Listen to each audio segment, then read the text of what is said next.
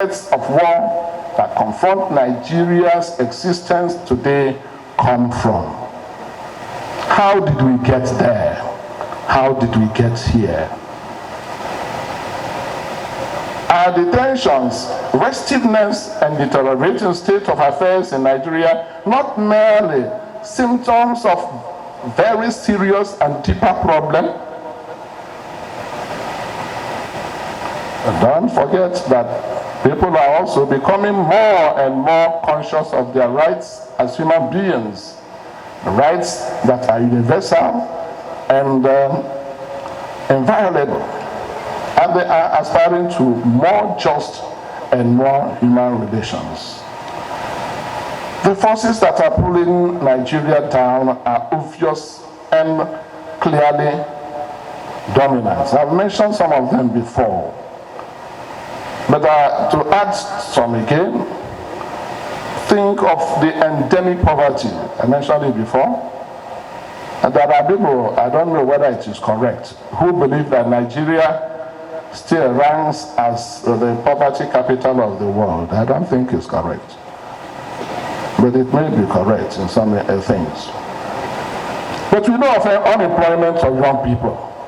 People who finish from the university, 8 years, 10 years, nothing to do. An idle mind is the devil's workshop. Then poor education system, huge infrastructural deficit, and incessant industrial action, strikes. I don't know whether the doctors are returned to the theater. Not a few Nigerians, especially the young people, have become confused, indifferent, bitter, aggrieved, depressed, and do things unimaginable. There is a pervasive atmosphere of fear, heightened mistrust, or mutual suspicion. Cold war, undefined conflicts here and there. My dear brothers and sisters, the worsening insecurity in this land is one of the biggest problems that is existential and we cannot push aside.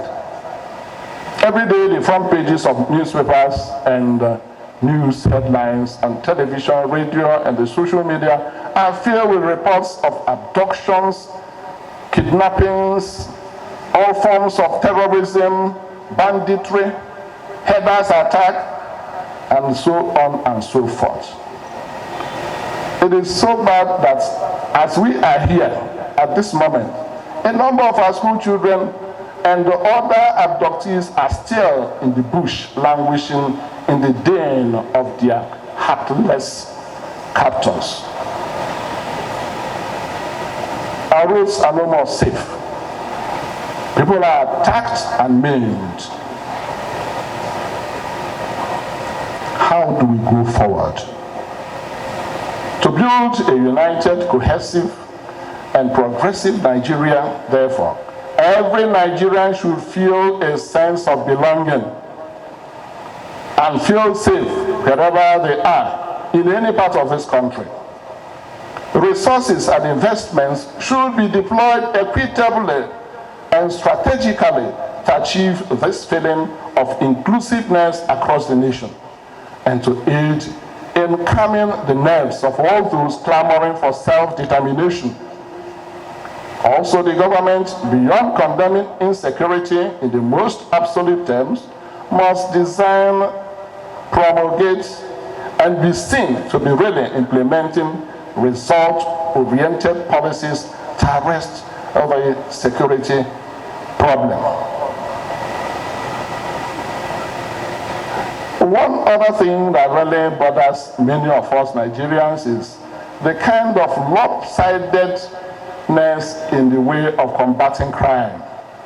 Just to give an example, there is no way we understand that our law enforcement agents could travel as far as England in the 80s to get one of us, a big politician in the 80s. wanted to transport him as a casket. They almost succeeded though. But they almost, you know the person I'm talking about. Nigeria did that. And recently, we saw what happened with one of the agitators in Kenya. He was caught. Miraculously, let us say. And then we saw what happened again with one, I think in Benin Republic. He was caught miraculously. Then we remember the big imam who was caught in India, or rather was forced to leave India through the dexterity of our law enforcement agents. But then the question that everybody is asking, how could our law enforcement agents be so international and be so wonderful in catching these people outside, and they cannot catch those in our farms?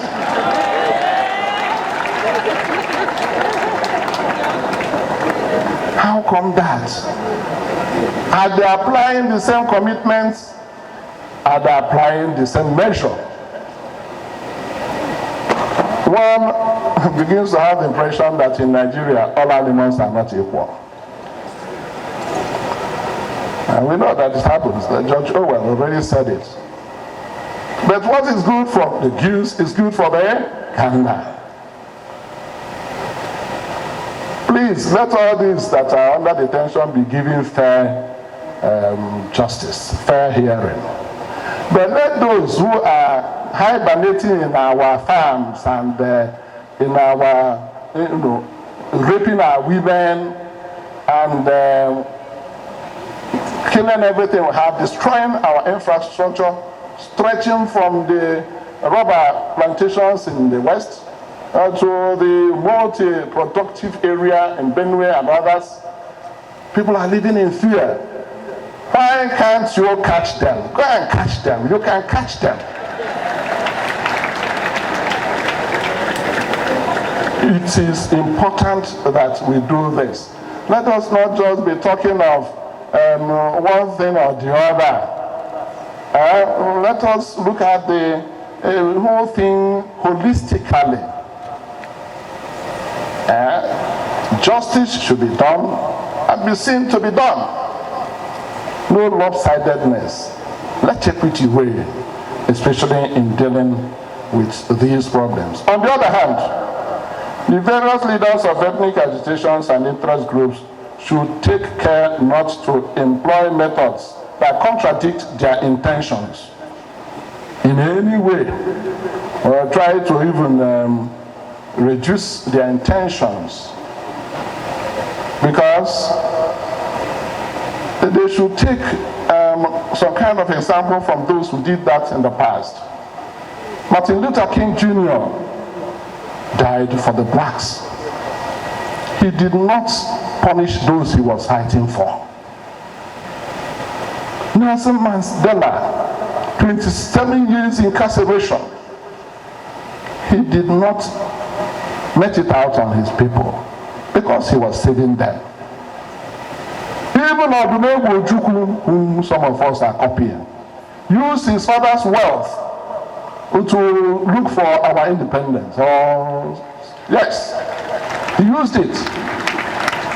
And he did not come back to demand any return from any of us. So my dear brothers and young people who are doing this, when you make us afraid, those you think you are protecting, what will happen when you get that very independence you are talking about? If we are afraid to go to work, you tell us this part of the world is known for business. This part of the world is known for education. And if you tell us sit at home doing what? And you are sitting at home because some contribute money for you to eat. What of the parents who will have to sell their goods in order to train their children? You tell them, sit at home. What of the banks? You tell them to sit at home. Is that the way we can progress? You go and kill a policeman because you are annoyed, and you forget that this policeman has a child, has children that to be taken care of. This man just is going about doing his normal duty. You can interpret it to be anything. Suppose he were to be your own father. What will you tell the children when they grow up? Please, I'm pleading. Violence begets violence. If you love us, please drop your machetes. Remember what Christ told his disciples? Told him, sheath your machete, because he who goes by the sword shall as well end up by the sword. We are pleading with our young people, really pleading with them. We do have nothing against one agitating for freedom, agitating for fair play, but do it correctly. One big, anyway, I don't want to say I'm promoting anything, but one big thing that really surprises me. We are here closing our schools. Our children didn't take their NECO. And Abuja is free, taking NECO. The judgment you are talking about is not taking place here. It is taking place there. What have we done that we should live in fear? I am pleading with them. We are all in support of fair play and justice. And that is why we are opting for peace through justice. May the government provide the things that should be provided equitably. May all of us put hands together to fight corruption, not one person, because it's a vicious circle. And may those who are really agitating remember that if we start with abusing people's dignity, we may end up abusing their rights. We are in support of all the good things people are doing to give this country a very wonderful thing, but let us do it well. Finally, do you still want to go away? No, this country belongs to all of us, and we shall remain here and make it good through Christ our Lord.